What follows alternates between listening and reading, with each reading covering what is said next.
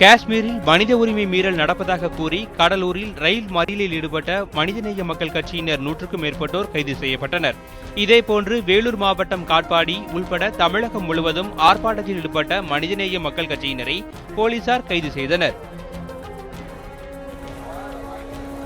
தூத்துக்குடி அருகே இரும்பு கம்பியால் தாக்கி மனைவியை கொலை செய்துவிட்டு தலைமறைவாய் இருந்த கணவரை போலீசார் கைது செய்தனர். கணேசன் காலனியைச் சேர்ந்த ஆண்டோ நெசராஜுக்கும் அவரது மனைவி ராஜகலாவுக்கும் அடிக்கடி தகராறு ஏற்பட்டு வந்ததாக கூறப்படுகிறது. நேற்று முன்தினம் ஏற்பட்ட தகராறால் ஆத்திரமடைந்த நேசராஜ் இரும்பு கம்பியால் மனைவியை தாக்கியுள்ளார். இதில் தலையில் பலத்த காயமடைந்த ராஜகலா சம்பவ இடத்திலேயே உயிரிழந்தார். இது தொடர்பாக வழக்கு பதிவு செய்த போலீசார் தலைமறைவான நேசராஜை கைது செய்தனர். தேனி மாவட்டம் தேவதானப்பட்டி மூங்கிலணை காமாட்சியம்மன் கோவிலில் 4 லட்சம் ரூபாய் மதிப்பிலான சந்தன மரத்தை வெட்டி கடத்திய மர்ம நபர்களை போலீசார் தேடி வருகின்றனர்.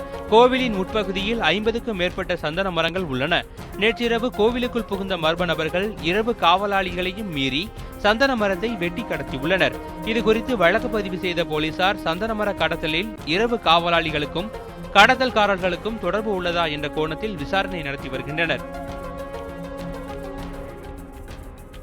சென்னை குரோம்பேட்டை MITயில் உள்ள முன்னாள் மாணவர் மன்றம் முன்மாதிரி மன்றமாக செயல்படுவதாக தமிழக ஆளுநர் ரோசையா பாராட்டு தெரிவித்தார்.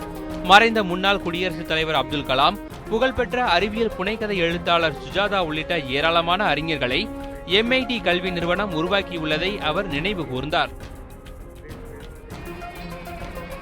மத்திய அரசுடன் மாநில அரசு இணைந்து பணியாற்றினால் பெட்ரோலியம் மற்றும் எரிவாயுத்துறை புதிய இலக்கை எட்டும் என்று மத்திய இணையமைச்சர் தர்மேந்திர பிரதான் தெரிவித்துள்ளார். சென்னை பெட்ரோலியம் கார்ப்பரேஷன் நிறுவனத்தின் 50வது ஆண்டு விழாவில் கலந்து கொண்டு பேசிய அவர் இவ்வாறு கூறினார். இந்நிகழ்ச்சியில் மத்திய இணையமைச்சர் பொன் ராதாகிருஷ்ணன், தமிழக அமைச்சர்கள் பலர் கலந்து கொண்டனர். கோவை மாவட்டம் பொள்ளாச்சியில் கேரளாவுக்கு ரேஷன் அரிசி கடத்திய நபரை குடிமைப்பொருள் வழங்கல் அதிகாரிகள் தேடி வருகின்றனர். ரேஷன் அரிசியானது கேரளாவுக்கு மாவாக விற்பனை செய்யப்படுவதாக குடிமைப்பொருள் வழங்கல் அதிகாரிகளுக்கு தகவல் கிடைத்தது. உடனடியாக சம்பவ இடத்திற்கு விரைந்த அதிகாரிகள் தனியார் குடோனில் பதுக்கி வைக்கப்பட்டிருந்த 75 கிலோ கொண்ட 20 மூட்டை ரேஷன் அரிசியை பறிமுதல் செய்தனர். தலைமறைவான குடோன் உரிமையாளரை போலீசார் தேடி வருகின்றனர். விழுப்புரம் மாவட்டத்தில் உள்ள சுற்றுலா தலமான செஞ்சிக்கோட்டை அருகே கை கால்கள் கட்டப்பட்ட நிலையில் இளம்பெண் சடலம் கைப்பற்றப்பட்ட சம்பவம் அதிர்ச்சியை ஏற்படுத்தியுள்ளது. அவர் கொலை செய்யப்பட்டாரா என்பது குறித்து போலீசார் விசாரணை மேற்கொண்டு வருகின்றனர். இளம்பெண் 5 நாட்களுக்கு முன்பு கொலை செய்யப்பட்டிருக்கலாம் என்று சந்தேகித்துள்ள போலீசார் இளம்பெண் யார் என்பதை கண்டறியும் முயற்சியில் ஈடுபட்டுள்ளனர். திருநெல்வேலி புதிய பேருந்து நிலையம் அருகே அடையாளம் தெரியாத நபரின் சடலத்தை கைப்பற்றி போலீசார் விசாரணை மேற்கொண்டு வருகின்றனர். பேருந்து நிலையம் அருகே உள்ள குளத்தில் 50 வயது மதிக்கத்தக்க ஒருவரின் பிணம் அழுகிய நிலையில் கண்டெடுக்கப்பட்டுள்ளது. இறந்தவர் மனநலம் பாதிக்கப்பட்டவர் என்பது முதற்கட்ட விசாரணையில் தெரியவந்துள்ளது.